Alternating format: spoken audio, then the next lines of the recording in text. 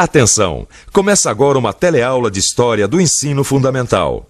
Você vai assistir a teleaula de número 5. Bons estudos!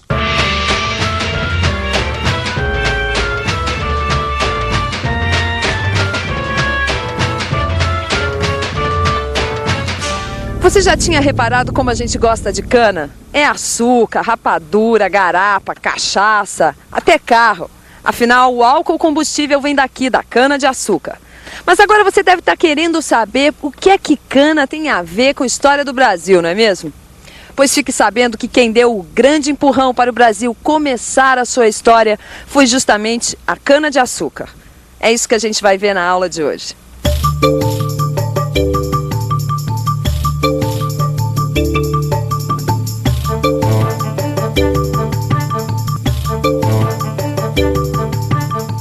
Você vai ver na aula de hoje por que os portugueses escolheram a cana-de-açúcar para colonizar seu território na América. Um território que hoje se chama Brasil.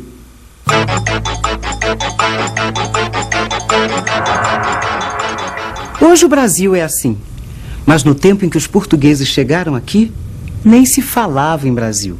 O que havia era um acordo internacional dividindo o novo continente.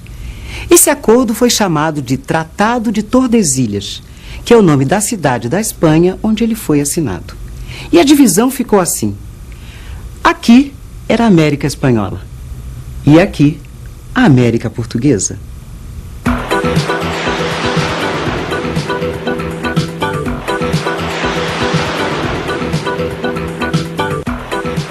Portugal e Espanha eram as grandes potências econômicas daquela época.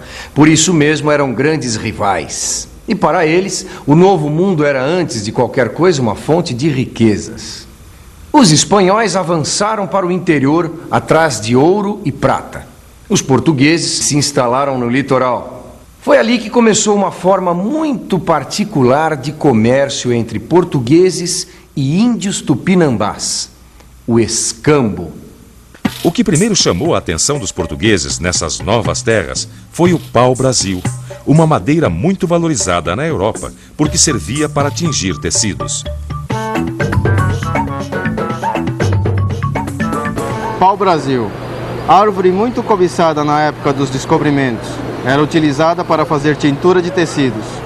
Para ter acesso a essa madeira, os portugueses fizeram alianças com diferentes povos indígenas. Os índios cortavam as árvores e transportavam o pau-brasil até o litoral. Em troca, recebiam dos portugueses utensílios de ferro para agricultura, tecidos, espelhos, miçangas, entre outros artigos. Esse tipo de troca, de produto por produto, é chamado de escambo. Em muitos momentos, os portugueses usaram elementos da organização social dos povos nativos em benefício próprio. A guerra constituía um dos elementos centrais da organização social dos Tupinambá.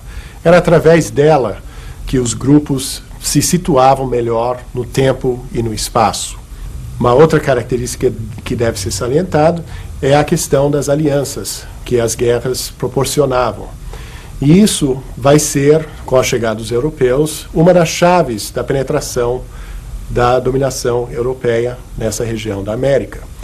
Justamente porque os índios vão se interessar em fazer alianças com os europeus, que eles ofereciam vantagens imediatas sobre o inimigo tradicional, e para os europeus, em contrapartida, ficou muito claro que não bastava entrar, invadir, matar, e sim, seria necessário antes, para conseguir os seus objetivos, entrar nesse circuito de alianças e de guerra indígena. Os franceses queriam entrar a qualquer custo no negócio do pau-brasil. Eles não davam a menor bola para o acordo que dividia o Novo Mundo entre portugueses e espanhóis. Em pouco tempo, a maré ficou favorável para os franceses. E os portugueses perceberam que se não ocupassem para valer a sua parte da América, o tempo ia fechar. Lembra da cana? É aí que ela entra. O rei de Portugal percebeu que a melhor maneira de ocupar o nosso território era estimular o cultivo da cana e a produção de açúcar nestas terras brasileiras. Foi aí que a história da nossa colonização começou para valer. Os portugueses escolheram a cana porque eles sabiam que dava lucro. Eles já tinham experiência no ramo. Foi com a cana que eles colonizaram suas ilhas perto da costa africana. Mão de obra não era problema. Além dos índios nativos na colônia, os portugueses tinham outra fonte. Eles sabiam se aproveitar dos conflitos entre as tribos africanas. Lá também se praticava o escambo. Só que em vez de madeira, a mercadoria que eles levavam em seus navios era humana. Esse modelo econômico, baseado em grandes lavouras de cana tocadas à base de mão de obra escrava, foi importado com sucesso para a América.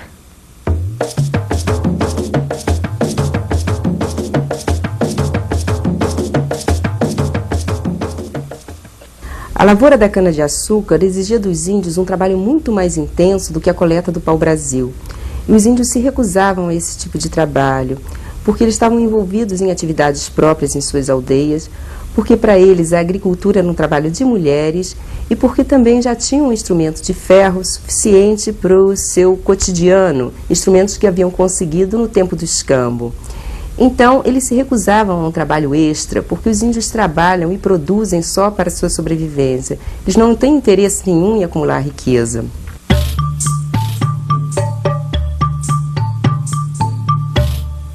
Só os índios não deram conta da quantidade de trabalho nos canaviais. Nos engenhos ou nas missões, eles morriam aos milhares por causa das doenças trazidas pelos europeus. Os grupos de indígenas que conseguiam escapar disso, quer dizer, que não haviam sido convertidos ao cristianismo, nem sido escravizados nos engenhos, esses grupos começaram a se retirar para o interior do país. Alguns desses grupos, ou muitos desses grupos, habitam hoje a Amazônia. No século XVI, eles viviam no litoral do continente. No final do século XVI, os engenhos já davam grandes lucros com a produção de açúcar. Enquanto isso, os jesuítas exigiam atitudes das autoridades coloniais para acabar de vez com a escravidão indígena. O contexto era perfeito para que o tráfico de escravos africanos, que ainda pequeno, se transformasse em mais uma grande fonte de lucro para o comércio colonial português. Foi assim que a onda mercantil e escravista firmou no litoral da América Portuguesa.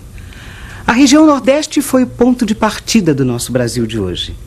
As cidades de Recife e Salvador se tornaram portos importantes para a exportação do açúcar. Era ali também que chegavam os escravos africanos e os produtos europeus. Todo esse comércio era canalizado para Lisboa. Dali, o açúcar brasileiro era redistribuído para toda a Europa.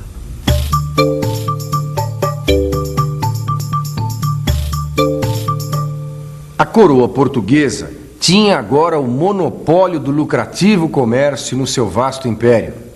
A nova colônia do Brasil, mesmo sem metais preciosos aparentes, cumpria seus objetivos. O pacto colonial uniria metrópole e colônia por mais de 3 séculos.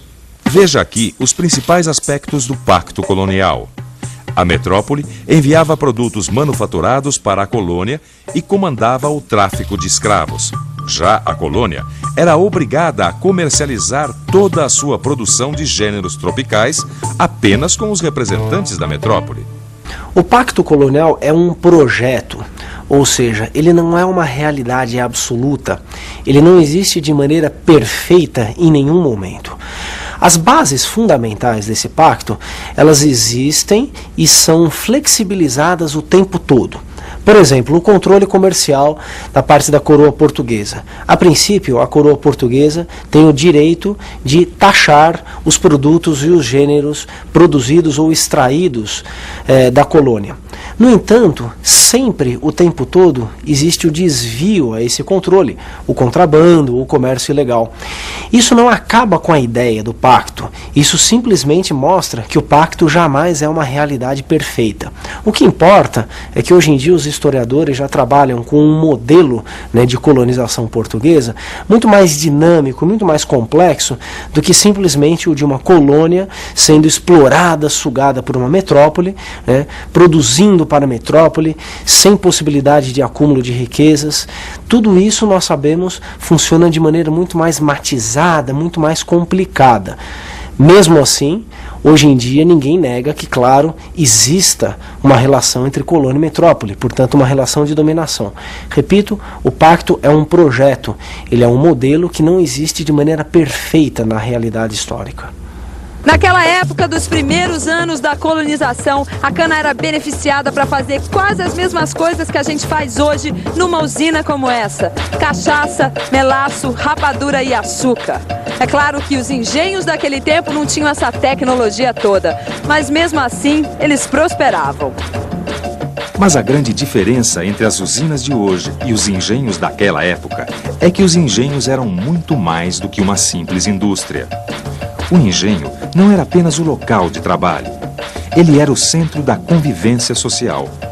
O lugar da casa grande e da senzala, onde os senhores e os escravos conviviam.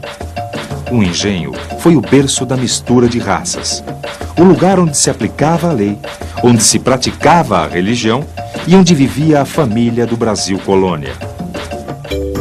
Para as pessoas daquele tempo, os engenhos eram tão modernos quanto esta usina é hoje para nós. O negócio da cana virou um negócio da China. A lavoura de exportação foi se espalhando pelo Brasil colonial. Para alimentar o crescimento, era preciso ocupar mais terras e empregar mais escravos. E como o dinheiro chama dinheiro, tudo em volta cresceu. Nas cidades onde estavam os portos, Salvador e Recife, o mercado interno ficou mais dinâmico. Novos interesses comerciais ganhavam força. Novos engenhos eram criados. Era preciso, então, aumentar o número de escravos. E era com engenhos e escravos que se media o prestígio no mundo colonial. E atenção, se liga aí que é hora da revisão. E foi assim que o Brasil começou. Os portugueses precisavam tomar conta do território. A lavoura da cana-de-açúcar para exportação e o uso da mão de obra escrava deram o primeiro empurrão no nosso desenvolvimento econômico. O resultado foi o nascimento de uma sociedade escravista. E o coração dos engenhos e da vida social no Brasil colônia era a casa grande e a senzala. Agora que você já sabe tudo isso, me responda uma coisa. Se naquela época a escravidão já tinha praticamente acabado na Europa, por que ela voltou a aparecer com tanta força na América colonial? Essa fica para você pensar. Até a próxima aula.